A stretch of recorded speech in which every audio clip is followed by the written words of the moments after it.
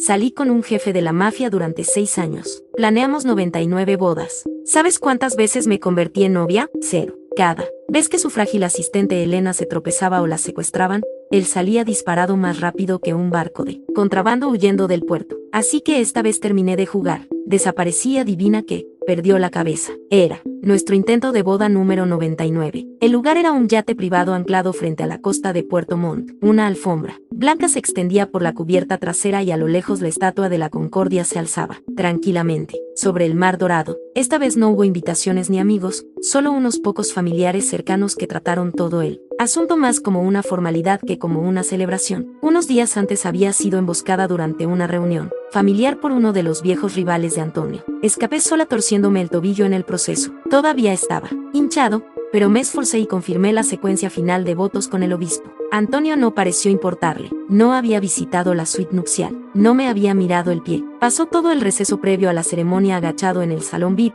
envolviendo cuidadosamente una venda alrededor del dedo del pie de Elena, que se había raspado al subir al yate. Él le sostuvo suavemente el pie, soplando sobre la herida como si fuera un animal asustado. Al otro lado de la cubierta, mi madre observaba con una expresión tormentosa. Él nunca hizo eso por ti, dijo en voz baja. Esto no es una boda, todavía es una humillación. Me puse el mismo vestido que me había esperado durante 98 ceremonias fallidas. Al atardecer, me paré en la popa del yate, esperando que Antonio me llevara por el pasillo de rosas. Pasaron los minutos. Él nunca llegó. Cuando me acerqué al salón VIP, 2 guardias armados me bloquearon el paso. El jefe tiene un asunto urgente que atender, dijo uno. ¿Qué asunto urgente?, pregunté. La puerta se abrió. Antonio salió apoyando a Elena. Su rostro estaba tenso de preocupación. Su pie está infectado, dijo. Necesito llevarla a urgencias. Pongamos esto en espera. Una vez que se sienta mejor, estaré completamente para ti. Él ni siquiera me miró, solo la ayudó a subir al helicóptero. Ese año marcó nuestro 6º aniversario. También fue la 99 vez que canceló nuestra boda, por culpa de Elena. En el pasado me habría derrumbado, gritado, rogado, pero esta vez solo sonreí débilmente. Claro, el pie de Elena no puede esperar. Él se detuvo sorprendido por mi calma. Cuando regrese te traeré lirios frescos, dijo. Pero a mí nunca me habían gustado los lirios. Una vez tuve un ataque de asma en un banquete debido al polen de lirio. Él había entrado en pánico, me había llevado al hospital y me había prometido que nunca lo olvidaría. Aparentemente, incluso eso no duró 6 años. El helicóptero se elevó hacia el cielo, agitando mi velo y levantando pétalos de rosa de la cubierta. Me volví para mirar a los invitados. La boda está cancelada, anuncié. Luego levanté las tijeras en mi mano y corté el vestido que había usado 99 veces. El satén blanco cayó a mi alrededor como un funeral silencioso. Miré el cielo vacío donde el helicóptero había desaparecido y susurré, Antonio, 6 años de espera. Terminan aquí, igual que este vestido. No fue hasta el final que mi madre finalmente habló. Cariño, regresa con nosotros a Valparaíso. Lo había dicho antes, pero esta vez sonó diferente. Sentada al borde de la cubierta del yate, levanté la vista y encontré sus ojos esperanzados. La verdad era que mi padre era el capo del sindicato mafioso más grande de Valparaíso. Me habían criado en su círculo íntimo, preparada para heredar el negocio algún día. Pero cuando fui a la universidad, conocí a Antonio. Dejé todo atrás y lo seguí a Montt, una ciudad de codicia y traición. Antonio vino de la nada y odiaba que alguien mencionara su pasado. Nunca le dije la verdad. Para él, yo era solo una chica de un barrio con dificultades. Durante 6 años me abrí camino en un sindicato desde un simple puesto hasta un asiento en la mesa principal. La gente nos llamaba un dúo letal, implacables en los negocios, imparables en el amor. Una vez pensé que le diría quién era realmente, pero ese momento nunca llegó. Ahora ya no importaba. Volveré, susurré. Los ojos de mi madre se iluminaron. Ella y mi padre me abrazaron con fuerza. No te preocupes, dijo ella,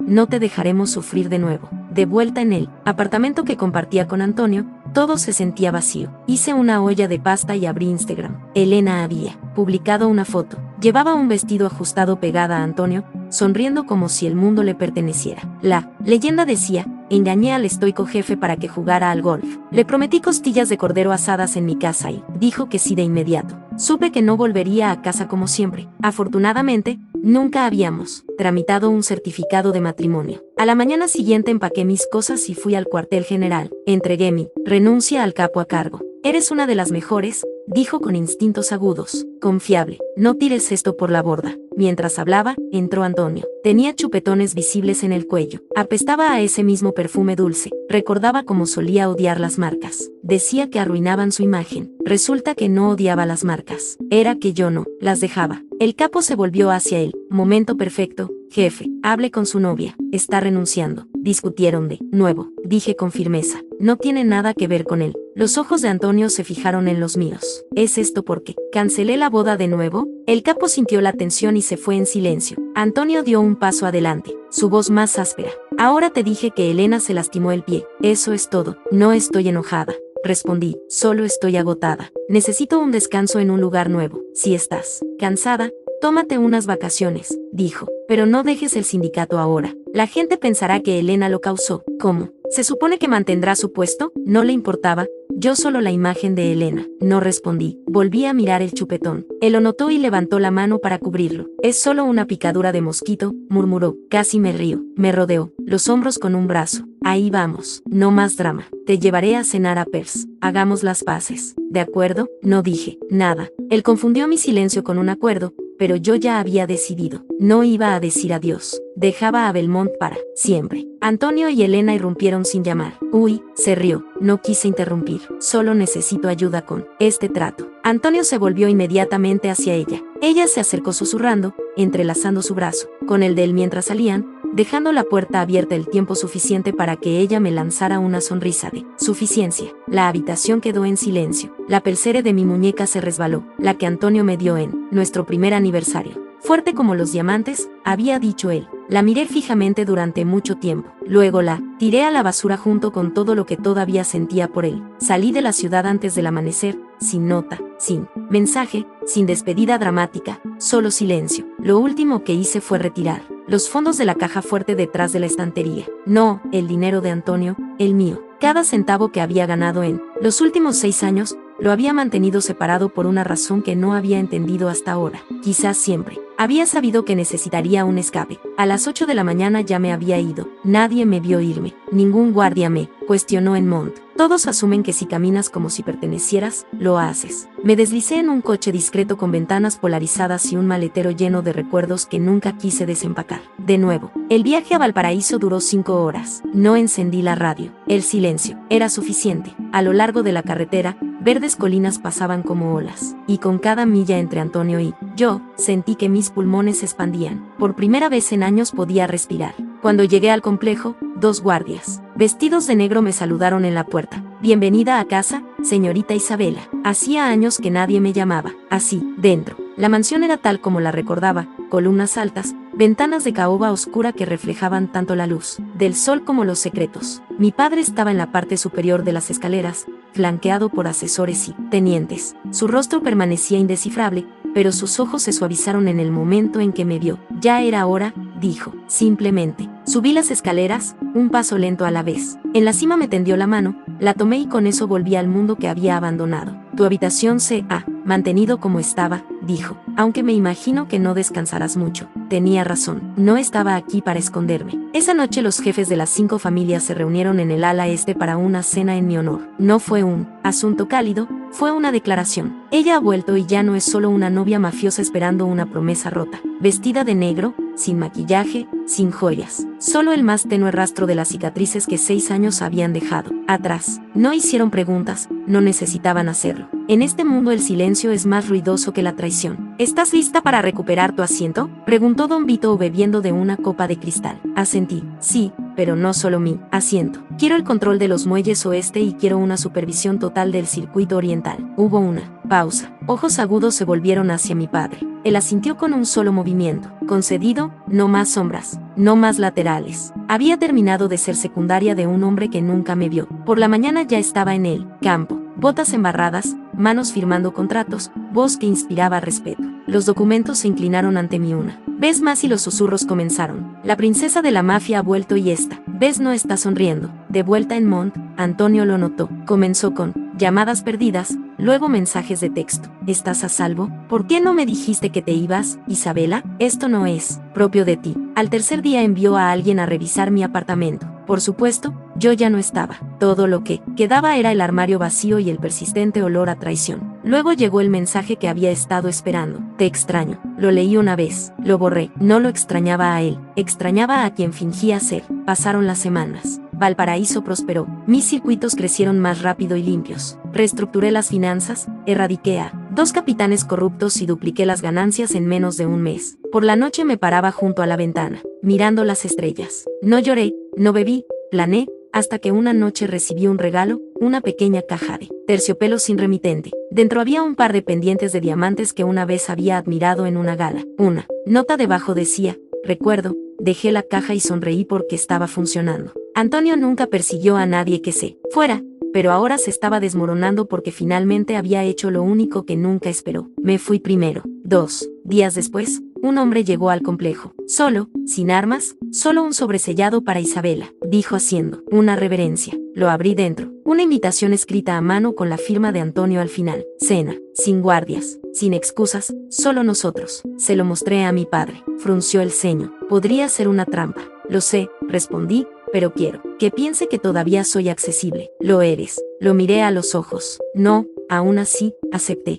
Llegué al restaurante 10 minutos tarde. Antonio ya estaba allí, solo, fiel a su palabra. Se levantó al verme, sus ojos escudriñando mi rostro como si buscara un detalle familiar que ya no existía. ¿Te cortaste el pelo?, dijo. Sí, te queda bien. No respondí. Nos sentamos. La mesa estaba puesta para 2. Las velas parpadeaban entre nosotros. Un cuarteto de cuerda tocaba. De fondo, había reservado todo el lugar. Desapareciste. Me dejaste. Suspiró. No, sabía que había llegado tan lejos. No fue solo Elena. Lo sé. Se inclinó hacia delante. 6 años, Isabela, construimos todo juntos. No puedes simplemente irte. Así, no me fui. Huí por una buena razón, cometí errores. Tomaste decisiones una y otra vez. Bajó la mirada. Por primera vez no tenía palabras. Dio un sorbo de agua. ¿Por qué me llamaste aquí? Dudo porque todavía te amo. Dejé que eso calara. Luego me puse de pie. Te encanta tener a alguien que nunca dice que no, que espera, que se sacrifica. Pero esa mujer se ha ido y en su lugar está alguien que finalmente entiende su valor. Coloqué una pequeña moneda de plata sobre la mesa. El escudo del sindicato de Valparaíso. No voy a volver contigo, Antonio. Voy a recuperar todo. Lo que pensaste que renuncié y voy a empezar por los puertos del este. Sus ojos se abrieron. Esos son míos. Ya no. Él también se levantó. Su voz bajó. Esto es guerra. Sonreí con frialdad. No, Antonio, esto es cierre. Y me marché. Al salir del restaurante, el aire de la noche me envolvió como una armadura. A lo lejos podía oír el tenue sonido de las olas rompiendo. Belmont acababa de perder a su reina y Valparaíso había recuperado a su heredera. Nunca miré hacia atrás, ni siquiera cuando lo oí pronunciar mi nombre, porque esta vez no estaba esperando. Estaba construyendo un imperio sin él. 2 semanas después de nuestra confrontación final en Belmont llegó el primer golpe. Un envío de productos farmacéuticos con destino a los puertos orientales desapareció a mitad de camino. Sin disparos, sin rastro, solo silencio. Era demasiado limpio para hacer un robo al azar. Era un mensaje. Antonio había decidido luchar bien porque yo había terminado de encogerme. Esa mañana convoqué una reunión de emergencia en el complejo de Valparaíso. La sala se llenó rápidamente. Capitanes, ejecutores, asesores, viejos aliados, nuevas caras. Me paré a la cabecera de la mesa, tranquila, controlada, letal. Perdimos un cargamento anoche, dije. Fue desviado por alguien con acceso de alto nivel. Belmont, murmuró alguien. Asentí. Esto no es un juego de adivinanzas. Fue Antonio. ¿Quiere probar nuestra respuesta? La sala se tensó. Algunos parecían inquietos. Antonio todavía tenía influencia. Todavía inspiraba miedo. ¿Él te entrenó?, dijo Arturo, un viejo lealista. Él conoce tus movimientos. Entrenó una versión de mí que ya no existe. Respondí y me creyeron porque había cambiado. Después de la reunión fui a la sala de la bóveda y abrí un cajón marcado con un solo nombre, Proyecto Nax. Dentro había documentos, planos, registros de vigilancia, planes. Los había empezado hace mucho tiempo cuando noté por primera vez la lealtad dividida de Antonio. Nunca los había usado hasta ahora. Extendí los archivos sobre la mesa de mármol y comencé a mover las piezas. Antonio pensó que estaba enfrentando a la mujer que una vez lo esperó en los muelles y en las suites de Belmont, pero estaba equivocado. Estaba enfrentando a la hija de un capo que le había enseñado a dirigir ejércitos sin levantar una sola arma. Durante los siguientes 5 días aseguré el circuito oriental. Reemplacé el sistema de seguridad en todos los puertos principales. Reasigné personal. Cada guardia que había aceptado un soborno fue despedido. Cada ruta fue aleatorizada. Luego hice mi movimiento. Una entrega rutinaria a Puerto Montt fue alterada. 2 horas tarde, diferentes. Números de contenedor, personal desviado. Sabía que Antonio se daría cuenta y lo hizo. Cuando llegó el envío, señuelo, sus hombres lo secuestraron como se esperaba. Pero en lugar de productos farmacéuticos, las cajas contenían bloques de hormigón y rastreadores GPS. En el momento en que el envío cruzó la línea de la ciudad de Montt, presioné un botón en mi teléfono. Se activaron docenas de mensajes de texto a contactos de la policía, periodistas, bandas rivales. Los firmé de forma anónima, por supuesto, pero la caída fue como un trueno. Se corrió la voz de que la banda de Antonio había sido atrapada robando cargas sin valor. Se filtraron videos que mostraban a sus hombres luchando por descargar bloques mientras sonaban las sirenas de fondo. No se trataba del dinero, se trataba de la humillación. Al día siguiente me llamó. ¿Quieres una guerra, Isabela? La tienes. Clic. No me inmute. En su lugar, organicé una gala. Para el mundo exterior era una celebración del legado de Valparaíso. Para los de dentro era una demostración de poder. Llevaba un traje negro entallado y caminé por el salón de baile con la cabeza alta. La gente me miraba con asombro. La chica que una vez estuvo a la sombra de un hombre era ahora la tormenta.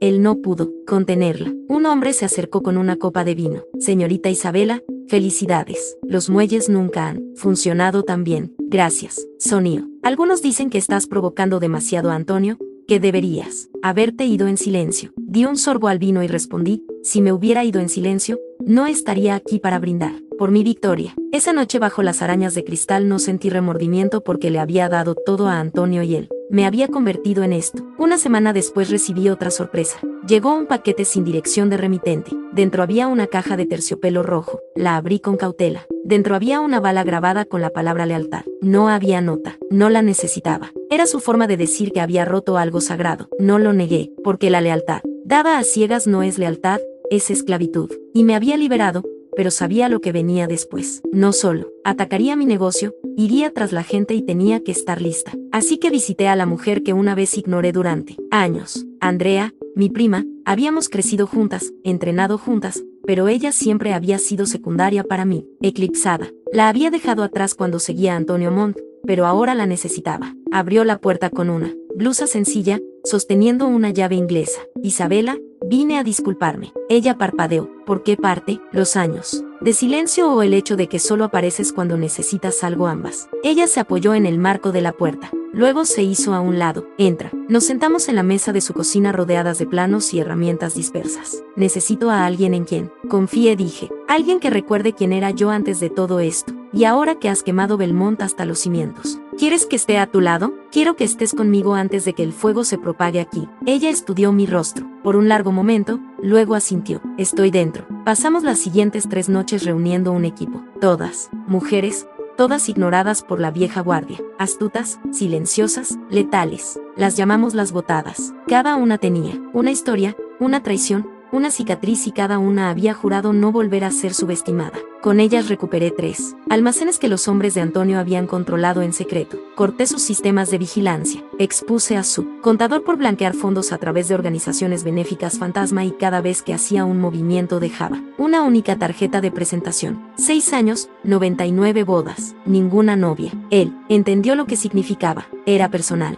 Una noche recibí otra llamada. Esta vez era de mi madre. Tu padre quiere hablar contigo. Entré a su estudio. 1 hora después. Él estaba junto a la chimenea, sus manos entrelazadas a la espalda. Te estás convirtiendo en una fuerza, dijo, pero también te estás convirtiendo en un objetivo. Lo sé, deberías terminar esto, antes de que se convierta en algo de lo que no puedas escapar. No pienso escapar. Él se volvió. ¿Lo amas? Amé a quien fingía ser. Y si todavía hay una parte de él que es real, entonces debió haberla mostrado antes de que yo me convirtiera en un arma. Hubo un largo silencio. Luego dijo en voz baja, termínalo limpiamente, Isabela. No te conviertas en lo que intentabas destruir. No respondí porque una parte de mí ya sabía que era demasiado tarde. Antonio había cruzado líneas que no podían deshacerse y yo había construido una máquina que no se detendría hasta que se quedara sin combustible o sin enemigos. 3 días después me llegó la noticia de que Elena Jiménez había abandonado el país. ¿Por qué?, pregunté. El informante se encogió de hombros. Nadie sabe. Algunos dicen que se quebró, bajo presión. Otros dicen que Antonio la envió por su seguridad.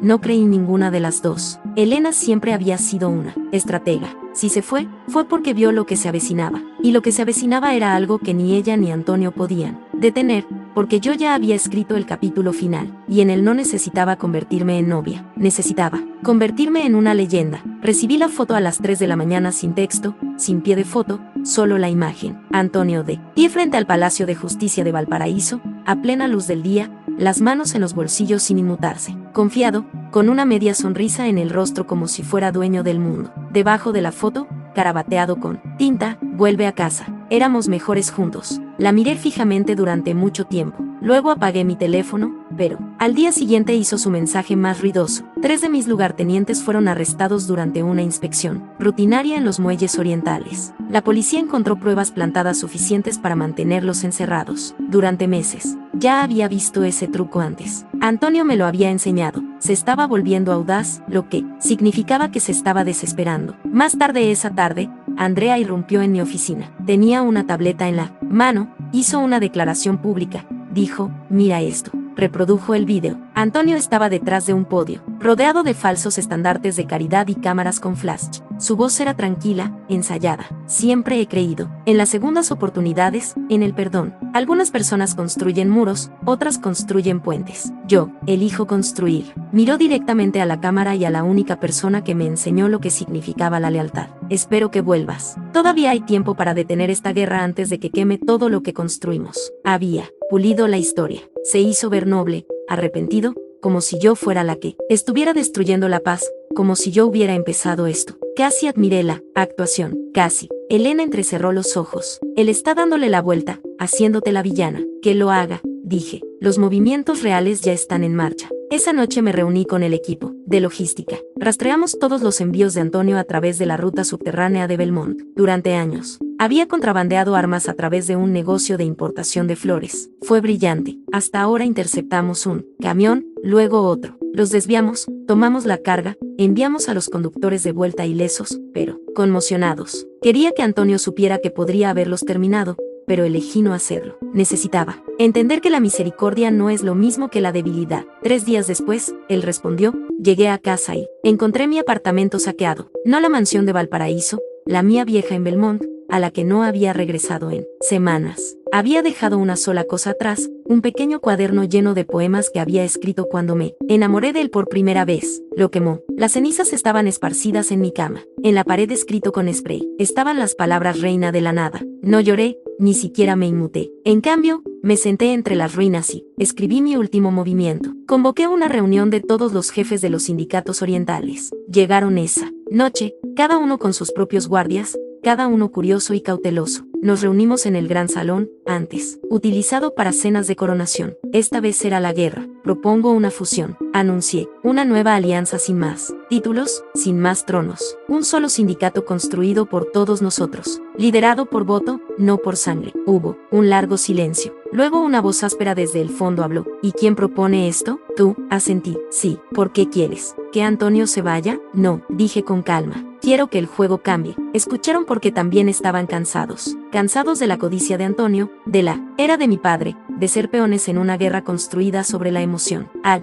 final de la reunión, 12 sindicatos habían firmado. La costa oriental ahora respondía a un consejo. No a Antonio, no a mí. Esa noche caminé sola hasta los acantilados que dominaban la bahía de Belmont. El mar estaba oscuro. Las estrellas sobre mí parpadeaban como fantasmas de viejos sueños. Antonio una vez me había traído aquí en nuestro primer aniversario. Bebimos vino y nos besamos bajo la luz de la luna, prometiendo nunca traicionarnos. ¿Qué mentira resultó ser? Cerré los ojos y lo dejé ir. El amor, la esperanza, los pedazos de mí todavía atados a ese recuerdo. Luego me di la vuelta y dejé el pasado atrás. De vuelta en la ciudad, Antonio se estaba desmoronando. Su contador huyó a Grecia. 2 de sus capitanes desertaron. Elena seguía desaparecida y los rumores afirmaban que vendía secretos al mejor postor. Dejó de asistir a reuniones, dejó de sonreír, dejó de fingir y luego envió un último mensaje. Una invitación a cenar, no una trampa, una oferta de paz. La tarjeta decía una última cena, sin guardias, sin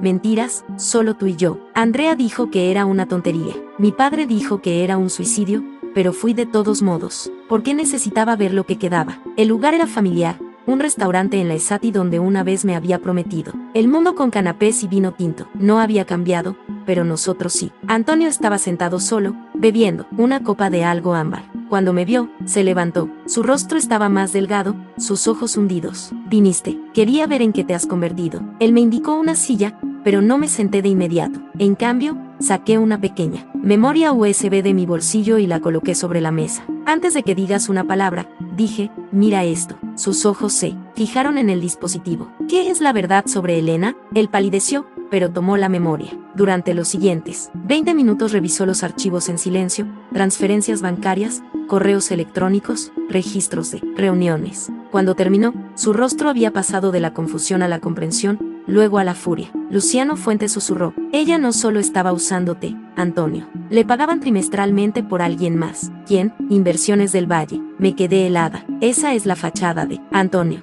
Él negó con la cabeza. Solía hacerlo. Hace 3 años fue discretamente expulsado. Las acciones fueron vendidas. Inversores silenciosos, juntas fantasma. Alguien quería control sin visibilidad y Elena era su infiltrada. Tomé la memoria USB y me fui sin decir una palabra. De vuelta en un motel destartalado a las afueras de la ciudad, la conecté a mi laptop. Documentos, transferencias, registros de reuniones. Un nombre seguía apareciendo. Luciano Fuentes, un financiero discreto conocido por financiar campañas políticas, galerías de arte y milicias privadas. No era un hombre de la mafia, era algo peor, un coleccionista de poder. Y ahora lo entendía. Elena nunca fue la asistente de Antonio, era el activo de Luciano. Su trabajo era mantener a Antonio persiguiendo el caos mientras Luciano tomaba el control por debajo. Y yo era solo un daño colateral. Una mujer con demasiada influencia, demasiado corazón, nos puso en contra el uno del otro mientras construía un imperio en la oscuridad. Me quedé mirando la pantalla durante horas. Luego tomé una decisión. No iba a llevar la historia a la prensa.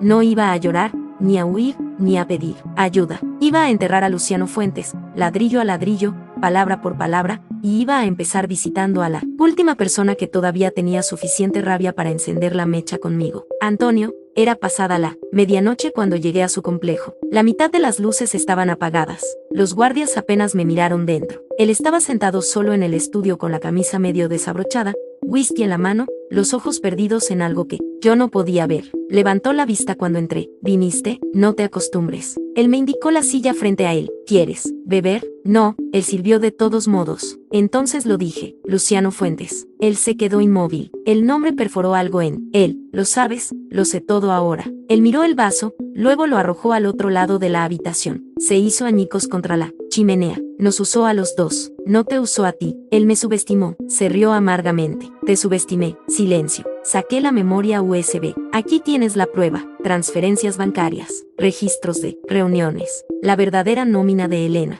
Él la tomó apenas parpadeando. Lo mataré. No, no lo harás. Su cabeza se sacudió. ¿Por qué? Porque yo lo haré. Él me estudió. No eres la misma mujer que dejé esperando en el yate. No, dije, suavemente. Ella murió cuando abordaste ese helicóptero sin mirar atrás. Él no se disculpó. No le pedí que lo hiciera. En cambio, me puse de pie. Necesito tu ayuda. Una vez, una noche. Él asintió. Trato hecho. Nos encontramos a la noche siguiente en un almacén cerca de las antiguas vías. Antonio trajo un pequeño equipo silencioso, leal. Yo traje a Andrea y a 2 de las botadas. Luciano asistía a una exposición en una galería, uno de sus proyectos de vanidad. No, trajimos armas, trajimos la verdad, proyectada por toda la galería. Cada documento, cada trato, cada traición. Mientras los invitados servían champán y elogiaban la iluminación, los correos electrónicos comenzaban a desplazarse por el techo. Luciano palideció. La seguridad lo rodeó, pero ya era demasiado tarde. La junta directiva había visto suficiente, sus inversores también. A medianoche, Luciano Fuentes lo había perdido todo y por la mañana desapareció. Nadie sabe a dónde fue. Algunos dicen que huyó a Europa, otros dicen que Antonio lo encontró. Nunca pregunté. No me importó porque la justicia no siempre viene con un juicio. A veces viene con silencio y una mujer que creíste que habías destrozado de pie donde esperabas cenizas. Antonio nunca intentó besarme, nunca intentó disculparse, pero cuando salí del almacén esa noche dijo, debía haberte seguido la noche que cortaste el vestido. Me volví. Debiste haberme amado antes de que aprendiera a amarme más a mí misma. Luego me marché de nuevo, esta vez no por dolor, sino por poder, porque finalmente había quemado los puentes correctos y no necesitaba regresar. Desaparecí de nuevo, no por miedo, sino en paz. Después de la caída de Luciano Fuentes, la ciudad zumbaba con rumores. Algunos decían que había sido ejecutado por un sindicato rival. Otros creían que huyó a una isla privada con una nueva identidad. Yo sabía que la verdad estaba en algún punto intermedio, y no tenía interés en descubrirlo. Él había cumplido su propósito. Me recordó que el amor sin poder es una prisión y el poder sin propósito es veneno. El día después de la exposición, regresé al norte, a la casa junto al acantilado, al silencio que me había ganado. Borré todos los archivos antiguos, cada imagen de Antonio, cada nota de voz que había guardado durante nuestros 6 años juntos. Y cuando terminé, encendí un pequeño fuego en la chimenea y vi cómo los fantasmas digitales se convertían en cenizas en la pantalla. No dolió, ya no como antes. Andrea me visitó una semana. Después, trajo vino, pan fresco y noticias. El sindicato oriental está prosperando sin poder centralizado, dijo quitándose las botas. Tu idea del consejo funcionó. No se derramó sangre en 35 días. Eso es un récord. Asentí. Bien. ¿Podrías volver? No quiero volver. Ella me estudió en silencio. ¿Dices eso como si lo dijeras en serio ahora? Sí, por Antonio, no por mí. Ella no insistió. En cambio, nos sentamos en el porche y vimos el mar chocar contra las rocas. En algún momento, entre la segunda copa y la hora tranquila antes del amanecer, hizo la pregunta que había enterrado profundamente. ¿Alguna vez lo amaste de verdad? Pensé por un largo momento. Luego respondí sinceramente. Amé a quien creía que era. Amé la idea de que alguien pudiera verme por completo y aún así elegir quedarse. Amé el cuento de hadas que construye en mi cabeza más que al hombre que tenía delante. Andrea se echó hacia atrás. Todos hacemos eso al menos una vez. Y. Tú, amé a alguien una vez. Él eligió a otra persona. Sin embargo, no incendié ciudades por él. Sonreí débilmente. Tu autocontrol es impresionante. No volvimos a hablar de eso. A la mañana siguiente se fue y yo volví a mi tranquila rutina. Pasó casi un mes hasta que lo vi de nuevo. Antonio, de pie al borde del acantilado detrás de mi casa, como un fantasma, vestía de negro, sin guardias, sin arrogancia, solo agotamiento y algo parecido a la sinceridad. No lo llamé, lo dejé allí. Después de un rato se giró y me vio apoyada en el marco de la puerta. ¿Me encontraste? Él asintió. Oí que estabas aquí. Tardé un poco en creerlo. No me estoy escondiendo. Lo sé. Nos miramos a través de la distancia. Luego preguntó, ¿quieres que me vaya? No respondí de inmediato. Luego dije, eso depende de ¿por qué viniste? Caminó lentamente hacia mí, deteniéndose en los escalones del porche. Quería ver en qué te convertiste. Podrías haber visto las noticias. Necesitaba verlo por mí mismo. Nos quedamos en silencio de nuevo. El tipo de silencio que solía sentirse pesado entre nosotros ahora simplemente era. Él se sentó en los escalones. Yo no. Lo invité a entrar. Él no preguntó. Todo ha cambiado, dijo en voz baja. Lo sé. Ya no dirijo los puertos. Ya no dirijo nada. ¿Fue tu elección? No, pero quizás debió haberlo sido. Me miró. Ya no estás enojada. No, ni un poco. Creo que agoté todo tipo de enojo que una persona puede llevar. Todo lo que me queda es claridad. Él asintió. Te convertiste en lo que solíamos fingir que ya eras. Dejé de fingir. Volvimos a guardar silencio. Luego preguntó, ¿todavía me amas? Esa pregunta debería haberme dolido. No lo hizo. Me senté frente a él. No dije honestamente. Amaba la idea de ser elegida. Me hiciste creer que el amor requería sacrificio. Que esperar me hacía fuerte. Pero no me hizo fuerte. Me hizo pequeña. Nunca quise lastimarte, pero lo hiciste. Lo sé. Él se pasó una mano por el pelo, ojos cansados. Intenté reemplazarte con Elena. Pensé que sí. Podía proteger a alguien más. Quizás yo valdría algo. Y ahora sé que nunca protegí a nadie. Me estaba escondiendo. Nos sentamos en silencio durante varios minutos, las olas rompiendo detrás de nosotros como música, de fondo para una escena que ninguno de los dos sabía cómo terminar. Finalmente me puse de pie. Ya no eres el villano de mi historia, Antonio. Él levantó la vista, pero tampoco eres el final. Él no discutió. En cambio, sonrió débilmente, una sonrisa triste y agradecida. ¿Puedo preguntar una cosa más? Sí, ¿alguna vez imaginaste un futuro conmigo que terminara de manera diferente? Asentí. Sí, solía soñar con despertar a tu lado, café en la mesita de noche, anillo de bodas en mi mano y paz en mi corazón. Y ahora me despierto, sola y sigo teniendo paz. Se levantó. No volveré a venir. No tienes que hacerlo. Caminó hacia su coche, se detuvo a mitad de camino, luego se giró y dijo, siempre fuiste más fuerte de lo que merecía. Y luego se fue sin gestos dramáticos, sin promesas. Solo un hombre que finalmente había dejado de fingir. Esa noche me paré en el acantilado y dejé que el viento me azotara el cabello. No hubo lágrimas ni arrepentimientos, solo una verdad que perduró en el aire del mar. El cierre no siempre es ruidoso. A veces llega en una conversación tranquila sobre escalones de madera bajo un cielo gris, sin audiencia ni testigos. Y a veces eso es suficiente. En los días siguientes volví a escribir y no poesía, no cartas de amor, historias de mujeres que se marcharon, de mujeres que quemaron puentes y construyeron imperios a partir de las cenizas de la lealtad recuperada, del silencio roto. Cada mañana escribía con una claridad que no había sentido en años y poco a poco la gente empezó a encontrarme. Un vecino que traía tomates frescos a cambio de conversación, una adolescente que quería ayuda con un ensayo sobre poder y género, un pescador jubilado que me preguntó si le ayudaría a gestionar sus cuentas. No sabían quién era yo antes, solo veían quién era ahora y eso por fin era suficiente. Una tarde, mientras el cielo ardía en naranja sobre el agua, Andrea llamó, ¿sabes? El consejo dejó tu silla abierta. No la quiero. Te la ganaste. Me gané el derecho a elegir. Ella se rió. Justo, ¿quieres venir a visitarme el próximo mes? Quizás. Antonio se ha ido, se mudó a las montañas. Nadie lo ha visto desde entonces. Bien, ¿estás bien, Isabela? Miré el mar.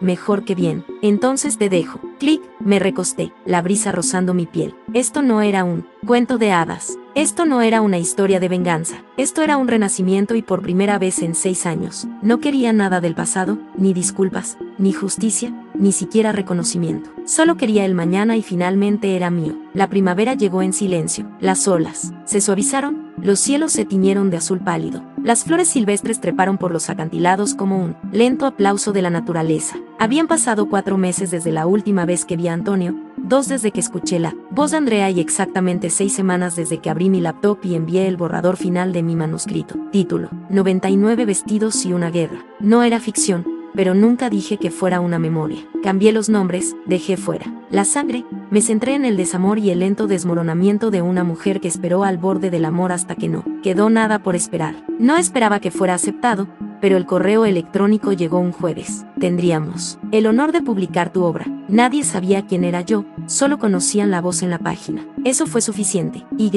Quizás ese era el objetivo, ser vista por quien me había convertido, no por lo que había sobrevivido. Imprimí el contrato, lo firmé y lo coloqué en el buzón de correo saliente de la oficina de correos local. La empleada sonrió. Felicidades, Carmen. Fue la primera vez que no me inmuté al escuchar el nombre. Caminé a casa descalza, el suelo frío, anclándome. Cuando llegué a mi porche, un coche esperaba. No negro, no blindado, solo un simple sedán plateado. Dentro estaba una mujer que no había visto en casi una década. Elena Jiménez. Más vieja ahora, más delgada, su cabello más corto. Salió con las manos ligeramente levantadas, como si se acercara a un animal salvaje. Pensé que me dispararías, dijo. No, vales una bala. Ella sonrió con suficiencia. Eso es justo. No la invité a entrar. Nos quedamos en el borde del porche, el viento tirando de nuestras chaquetas. ¿Qué quieres? No, el perdón. Bien, no lo obtendrías. Vine a explicar. Viniste a aliviar tu conciencia. No, finjamos que esto es para mí. Ella apartó la mirada. Siempre eres más inteligente que yo. No, simplemente. Nunca me subestimé como esperabas que lo hiciera. Elena sintió lentamente. Se suponía que ibas a ser una sombra leal, silenciosa,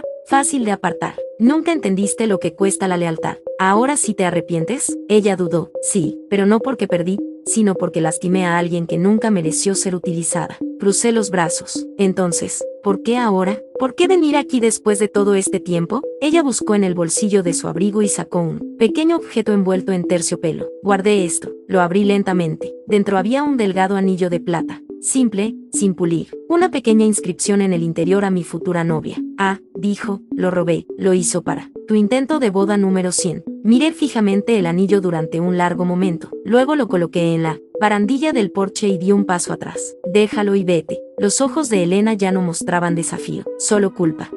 Fue sin decir una palabra. Cuando el coche desapareció por la carretera, me quedé un momento mirando el anillo. Luego lo recogí y lo arrojé por el acantilado. Nunca vi dónde aterrizó porque ya no necesitaba saberlo. Al día siguiente, mi libro fue a imprenta. Vendió 2000 copias la primera semana, 10.000 la tercera. Clubes de lectura, llamaron, podcasts, se enviaron correos electrónicos, mujeres escribieron cartas. Contaste mi historia. Pensé que era la única que esperaba. Finalmente, yo también me marché. Lloré leyendo esto, leyendo las cartas. No porque estuviera triste, sino porque me di cuenta de que mi silencio nunca había sido poder. Mi voz lo era. Un día recibí un paquete de una dirección en las montañas sin nombre, sin nota. Dentro había una fotografía gastada. Antonio y yo riendo en el restaurante de la Esati durante los primeros días, antes de las mentiras, antes de Elena, antes de la espera. Al dorso había escrito 4 palabras. Recuerdo nuestras risas, quemé la foto, no por odio, sino en paz. Porque la mujer de esa imagen se había ido, y la mujer en la que me había convertido no necesitaba pruebas de que alguna vez había sido bueno, necesitaba libertad y la tenía. Un año después,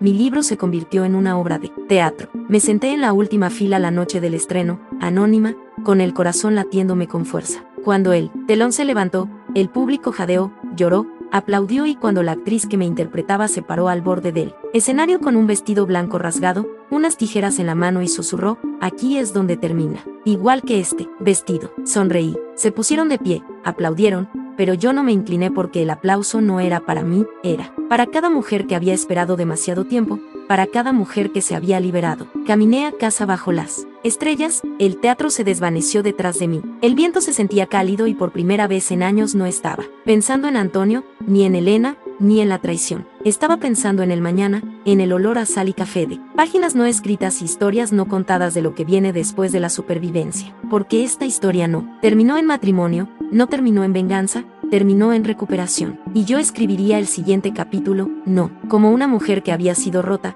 sino como una que finalmente supo que nunca necesitó ser elegida para importar.